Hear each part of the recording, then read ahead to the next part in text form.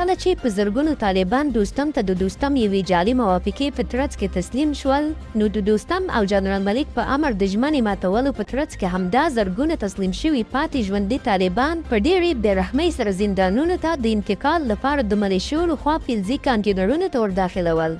دلته چې د وحشت فضا خپره وه او انساني همدردۍ پکې مطلق شتون نه درلود، له همدې امله یوازې په یوه کانټینر کې تر 2500 پورې بندیان په زور ځایول کېده. داسې حال کې چې د 2000 کال د روژې 11مه ورځ وه، د سختې ګرمۍ ترڅنګ دا تړلي له انسانانو ډک کانټینرونه په اصل کې د مرګ اوږده سفر دښتې لیلې ته روان وو. کانټینرونو ته د بې شمېره بندیانو ورسارولو څو دقیقې وروسته په کانټینرونو کې اکسیجن په قرار ختمیږي. هممهاله د بندیانو چیغې نارې او د بېهوشۍ لړۍ پیلېږي. تر ساعتونو سفر وروسته یو ځای کې د دوستم ملیشو ته احساس کېږي چې په ټولو لسګونو کانټینرونو کې چوپتیا ولې خپره شوه. له همدې امله په کانټینرونو ډزې کوي او سوري کوي یې. له بېرحميو ډک د دې سفر نه پیل څخه تر پایه په هر ساعت کې په لسګونو یا حتی په سلګونو بندیانو په تدریجي ډول په کانټینرونو کې ژوند د لاسه ورکوو.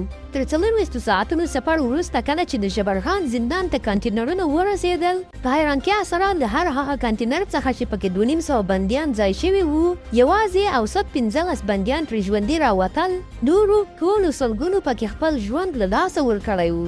له همدې ځایه د زرګونو جسدونو څخه ډک کانټینر د دښتې لیلې په خوا بیول کېږي چې په دښتې لیلې کې په ډله ییزه توګه له خاورو لاندې کېږي. دا پېښه د بشریت په تاریخ کې له تسلیم شویو بندیانو سره تر ټولو بدنامه او بېرحمه پېښه بلل کېږي. خو په دې بشري قتل عام تورنې ملیشې او دوستم پر ځای د دې چې محکمې ته راکش کړل شي، په حکومت کې واک د جنرالۍ لوړې رتبې او بې حسابه مډالونه ورکړل شول.